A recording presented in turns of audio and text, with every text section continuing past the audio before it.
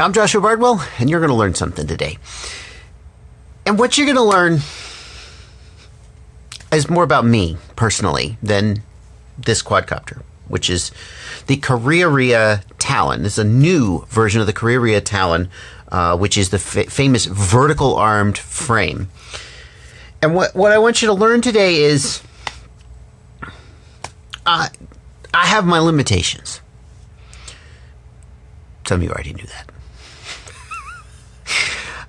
Because Karearea sent me this quad, and they sent it to me months ago, and I've flown it. It flies great. I've been a little bit intimidated by it, and that's the reason why I haven't reviewed it yet. It's so freaking gorgeous. These Karearea motors, the shiny silver with the curved bell. And frankly, the quad is gorgeous. It's a really good looking quad. And it's a good frame design. It's tough. But when I got this quad, I was like, this deserves like a showpiece. I want to do like some of those car channels do, where there's lasers and smoke and the music, and then like a close-up shot of it. I really wanted to do this quad justice.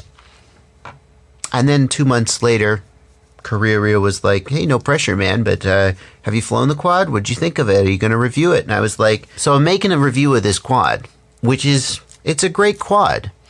But I want you to know that I wish I had more production ability because it feels like it deserves better than just, well, I'm Joshua Bardwell and I'm going to review this quad. But here I am. You get what you get, and what you get is me.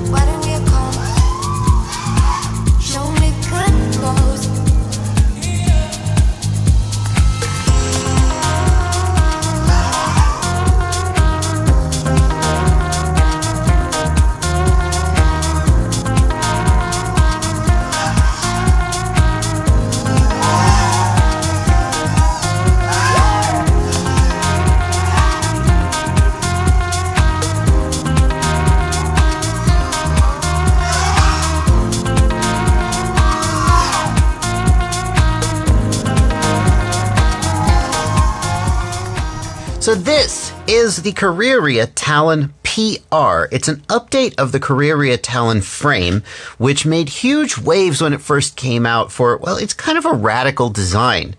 We see more of these vertical side plate frames, but it was one of the first, and also one of the first to make the argument about thin arms. Today we see a lot of quads, racing quads especially, with very, very thin arms, especially now that 4-in-1 ESCs have gotten more reliable, cheaper, and more popular.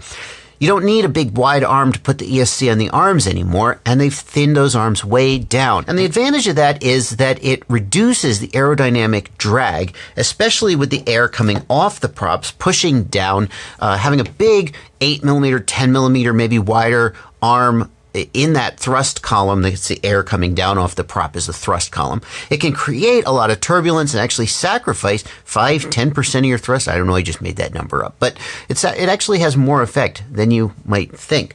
And Karearia's argument is that by putting the arm vertically, then you significantly reduce the blockage of the thrust column and you get more thrust.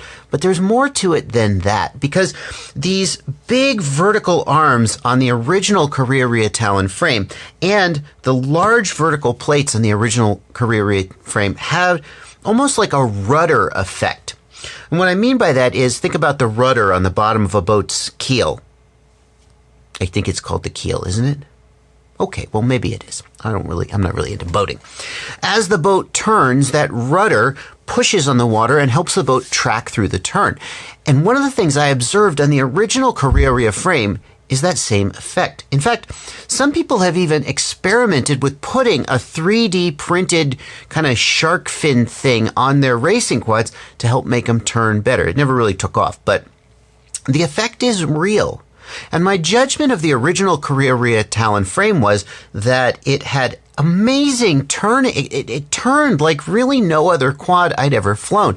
It really carved through the turns with a certain precision that was unreal. But there was a downside. And the downside was that anytime there was any wind, the Karearea Talon frame had a real tendency to get blown about, to get blown offline. That same rudder that makes it track in still air makes the wind affect it more often, more than it would otherwise. So what have we got here with the Karearea Talon PR? We've still got the same vertical arms as before, but the arms actually have a little bit of a down tilt to them, and the arms get thinner as they get closer to the frame.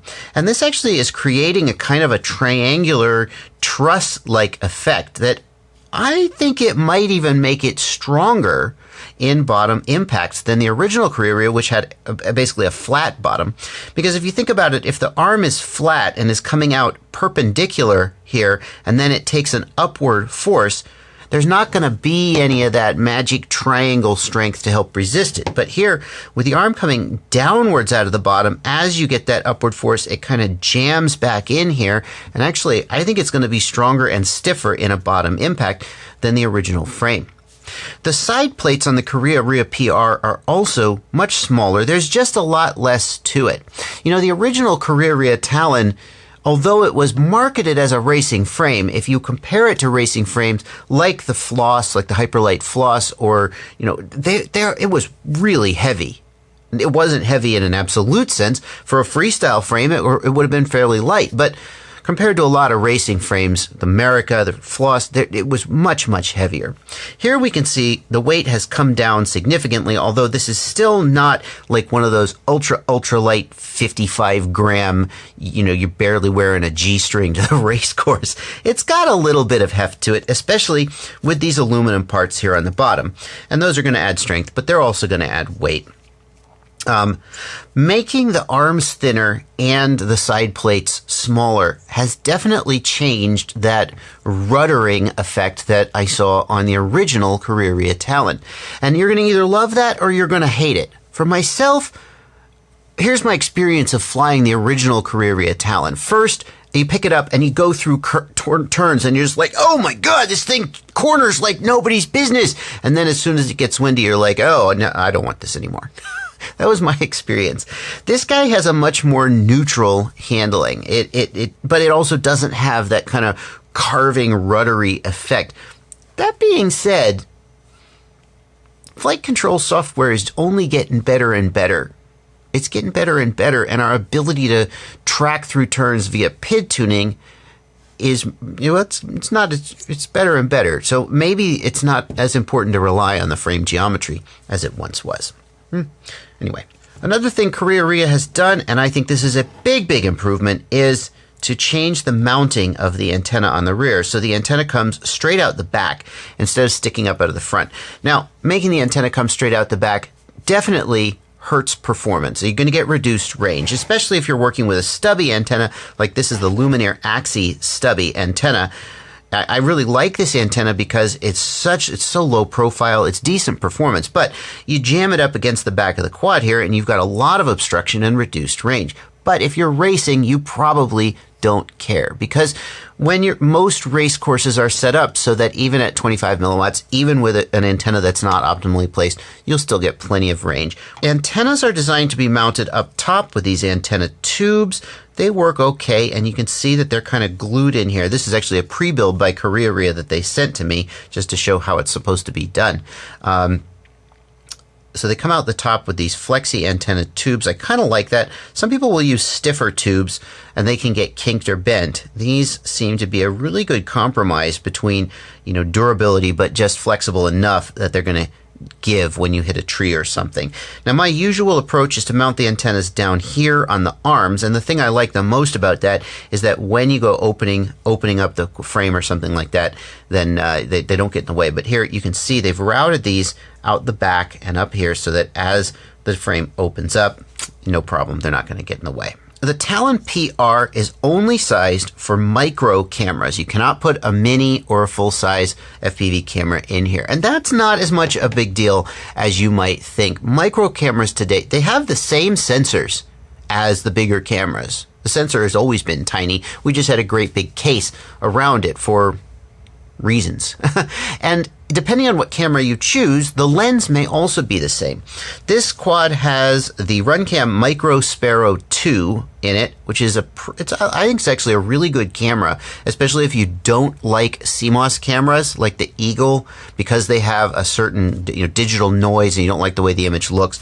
The Sparrow actually has a very natural looking image without too much digital noise. It has a little bit, but not too much. But you can get a micro Swift if you prefer a CCD camera. You can get any kind of micro camera either with a small, this is an M8 size lens. It's got an M8 thread. The larger lenses are M12 and you mount it in there. Depending on what camera you choose, it may protrude out the front just a little bit. You can see that the camera mounting doesn't give you any option to move forward or back. That's something, and that's not that uncommon, but for example, if you look at something like the Catalyst Machine Works Smooth Operator, one of the things I like about the Smooth Operator is that it lets you slide the camera forward or back so you can get the lens exactly where you need it. Here, you don't have the option to do that. I still think that the camera probably, this is a Runcam micro size camera with an M12 full size lens. And if we just eyeball here, you can see it's still not quite going to stick out the front, right? So you should be good to go there. Now, if we look at the chassis here, you can see that this is not a beginner build. This is going to be, you're going to have to be very selective with your part selection and relatively selective with which VTX. And you can see here, they've got the Unify HV on here, and what it's got going for it, it's a very thin video transmitter, which gives us plenty of room to stick our receiver up on top, and we're basically good to go. If you were a beginner and you didn't know a lot about part selection, you could easily get yourself into a state where you couldn't fit all of the things that you wanted to put on the quad in this frame. That being said, if you are an experienced builder, you're going to have no problem picking parts to fit into the stack here. You're going to be just fine. If we look at the base plate here, you can see that the cutouts in the base plate allow you to use either a 36mm or a 20mm stack. So if you're trying to save weight by building a 20mm stack, you certainly can do it. Although, as we said, this is not the most lightweight frame to begin with because of the aluminum parts and the design. If you want to save a few grams by going 20mm, you can. You're going to have to be careful, though, because 20mm ESCs tend to have lower amp ratings and are more designed for micro-sized quads with 1400 or 1500 size motors or smaller. And if you're running 5-inch props on this guy with a 2306, 2207 motor, you have to be really careful about which 20mm ESC you choose. I have seen some builds that allow you to use a 36mm 4-in-1 ESC, and then there's just a little mounting plate that lets you put a 20mm flight controller on top. But at that point, I kind of have to wonder what's the point. You haven't saved that much by going to a 20mm flight controller. Why not just use a 36mm and keep your life simple? Before we talk about the quad's flight performance, we've got to talk about these motors, the Karearea Toa motors. And I mean, it's just got to be said that these are beautiful freaking motors. They're just gorgeous to look at. And I feel a little bit embarrassed to say that because I've always said I don't care how my drone looks. Look at this thing. It's just what a mess, right? I don't care how it looks. I just care what it does when it's flying. I don't see it when I'm flying. But if you're into building showpiece drones, man, these are gorgeous motors. They're They come in different colors. Just look at it. For gosh sakes, if that doesn't take your breath away, I don't know what will. But they're not just showy motors. For example, the air gap between the magnets and the bell is 0.1 millimeter, which Karearea touts as a world first. I know that motors manufacturers have always tried to get their air gap smaller, because the smaller the air gap between the magnet and the stator, the more power the motor can put out and the more efficient it can be. That being said, smaller air gap's not always better. Motors with a larger air gap tend to do a little bit better in impact, because if the bell is just very slightly deformed, it will not scrub against, or if they get a little piece of dirt or sand in it, it won't bind up or scrub. I haven't flown these motors and crashed them enough to speak to their durability, but a very small air gap tends to make a high performance motor but make it a little bit more fragile. That being said, Karearea does tout the durability of the motors as well. For example, the curved bell is actually designed to improve strength, and it also the magnets here, there's a lip under here to help hold the magnets. Some motors, if you ever had a slipped magnet where the magnet comes off, there's a lip under here to help hold the magnets in place, not just adhesive. So that's the kind of details that they've put into manufacturing these motors. You can see that there's also a plastic shield here to help keep you, if you put a screw that's a little bit too long and that screw comes through and touches the winding, it can damage the motor, it can permanently destroy the motor. A little plastic shield here helps prevent that. Another thing to point out is, if you look here, with any motor, there has to be a point where the enamel wire of the winding transitions to the silicon wire that you actually solder to your ESC. And most manufacturers will, in fact, I'll put one of my own motors up. Most manufacturers will extend the motor winding here out and then transition with solder to the silicon wire because, well, it's just easier to do that. It's easier to solder out here rather than up here. Karearea has not done that. They have transitioned to the silicon wire all the way up in the winding. That's where the solder joint is. And that means that that's enamel wire, which is stiffer and a little bit more fragile, there's less of it here that might get damaged. There's just that flexible silicon wire right there up in the at the very end of the stator. Now we have to address the elephant in the room, which is that this is not an inexpensive frame. The Karearea Talon PR comes in at $128, which makes it one of the most expensive frames out there. And that's especially true if you don't live in New Zealand, because they ship from New Zealand, and New Zealand, it's expensive to ship from there. Karearea has recently introduced a policy of doing half-price shipping on orders over $100, which brings the shipping cost down to something reasonable. If you're in Europe and you're used to overpaying for shipping from the US, you may be going, yeah, welcome to the club. But you definitely got to take that into account when you're thinking about whether to order this frame. If you're the kind of person who would never spend $100+ on a frame, then just move on. Nobody's going to convince you to buy this one. If you spend over $100 on a frame, you know why you're doing that. And the Karearea Talon PR is certainly not a bad choice. I definitely like the Talon PR better than the original Talon, which was just, especially in this day and age with micro cameras and tighter electronics, the original Talon just felt a little bit dated to me in its size and its breadth. This is a much more compact, it flies a lot better, I think. It has less of its sort of signature flight feel, but I think it does fly better in a sort of a more neutral way. And I also believe that it's going to be more durable. And the original Talon was incredibly durable. This is high quality carbon, and the design is very strong and robust. The Karearea Toa motors come in at about $29, which again puts them as some of the most expensive you can get. But it's a little more palatable, I think, because a premium motor coming in at $25 is not that unusual. And so spending, if you go, well, that's just a gorgeous, in fact, they're available in different colors too. You can get them in any color you want, 3, 4, red, blue, green, and silver to match your build. And so paying $3 or $4 more per motor, if you're already thinking about a $25 motor, it's not that much of a deal. There you go. That's my review of the Karearea Talon PR. And Yeah.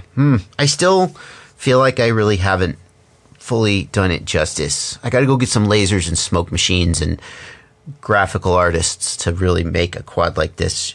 I mean, because here's the thing, guys. How does it fly? It flies good. So do a lot of quads. It's durable. It's not unique in that respect.